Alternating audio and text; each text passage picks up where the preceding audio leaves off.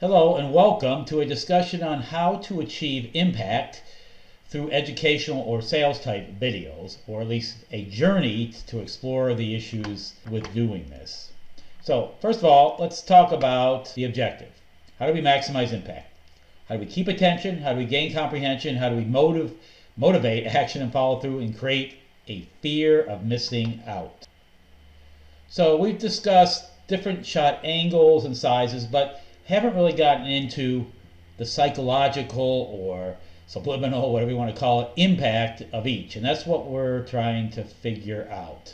So we have all these options that we can do to better our video making. Types of shots, from extreme close-ups down to full body shots. And what we're trying to figure out in our business is the impact of having a full body shot on the audience, or the impacts of having the other types. Does it help you influence? Does it help you create attention? Does it help draw attention? Does it help earn respect? Or does it not really make a difference? So long shots, to give perspective, do they matter with these kinds of videos? Medium shots, probably the most common, but how do you do that? What are some of the other issues with these type of videos? Close-ups, do those matter? Do those provide more impact? What we're trying to do is add importance to the object. So in photography, that's what it does. Extreme close-ups, similar thing. Then you have the angles, and the angles, people say, can add some psychological impact as well and serve as a commentary on the subject matter. So you have all the different angles, and we've talked about these a little bit before. Sideways angles, from the top, from the bottom, etc. So when you look at them, what are the impacts? So bird's eye view, looking down on everything, it can create disorientation, which then you can sort of solve or get rid of. Or you can make the viewer seem godlike, or give that impression. Sort of a high angle, so going to the next step, takes away the power of the subject, makes it insignificant, and gives a general overview. Camera is located below the subject, looking up.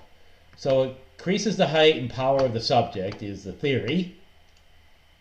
Lateral tilt, the oblique angle, is a few other words they're using, we saw last time for doing this. Can be the point of view of a drunk. In our videos, we don't really want that. Suggests tension and transition, maybe confusion that then you can address after the camera goes back to normal. Eye level, most common. And then you have issues with shot composition and the 1/3 rule and a bunch of other things you have to consider. But mainly here we want to consider perhaps how much of the body you show and what the impact, psychological impact of each of those is, and the angles. Community record. Wednesday, October 20th is Giving Day. The one day when Colombians from all over the globe come together to change lives that change the world. This year we're able to move forward thanks to our amazing faculty and staff. My classmates and I are enjoying campus life again.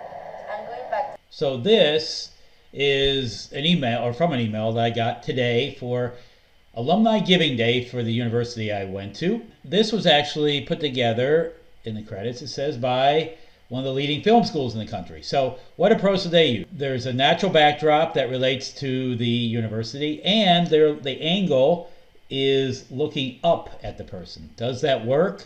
Does it make it more likely you're going to give money or respond to whatever the request is? I'm not sure.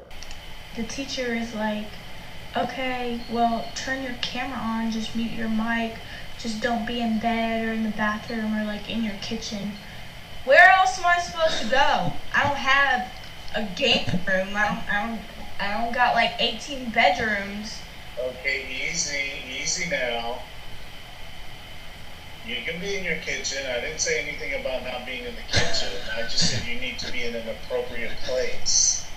And I was just giving some examples.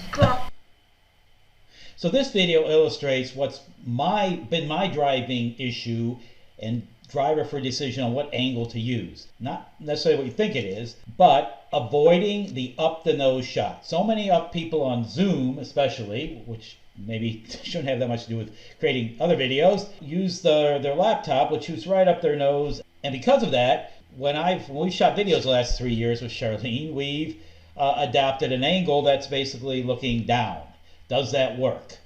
And is that the right consideration? And the answer is probably not. They are typically a necessary starting point, but certainly not sufficient. Also, inaccurate assumptions by managers and others assessing a job are the rule rather than the exception. And without a baseline, the span of time between the initial consideration, the interviews, and the decision itself leads to many negative consequences. There's a scenario we see quite often that we call the complexity expediency paradox. The more complex a job is, and the more it's not understood, the more expediency and even apathy is used or is associated with making these decisions. So we filmed a lot of videos using this angle, and the angle was basically actually a chandelier with a phone taped to it, pointing down from about 9 feet to whatever height I am. And so it's looking down low. So the issue is, and some people have observed, does this make you look smaller, less significant like the theory says? Should it be pointing up? Should you be bigger than life? But does that show up your nose? Is that another issue? What is the best angle? Believe me, what is required for a job or role in a company is key. Some will say the job will change. We are in an environment of rapid change. Others will say the job will change with what the person brings to the job. Both of these have truth in them, but the fact is, if you're going to be effective, you have to have a baseline. Effective talent management processes aren't much different than other types of processes, but unfortunately, they are conducted quite often as if they aren't much of a process at all. Why? So these videos were done by a professional videographer, Phil Ferrari, a local videographer some of you may know, and they were shot, I believe, directly at eye level. And so the question is this, or does this enhance the credibility of the presenter? What do you think?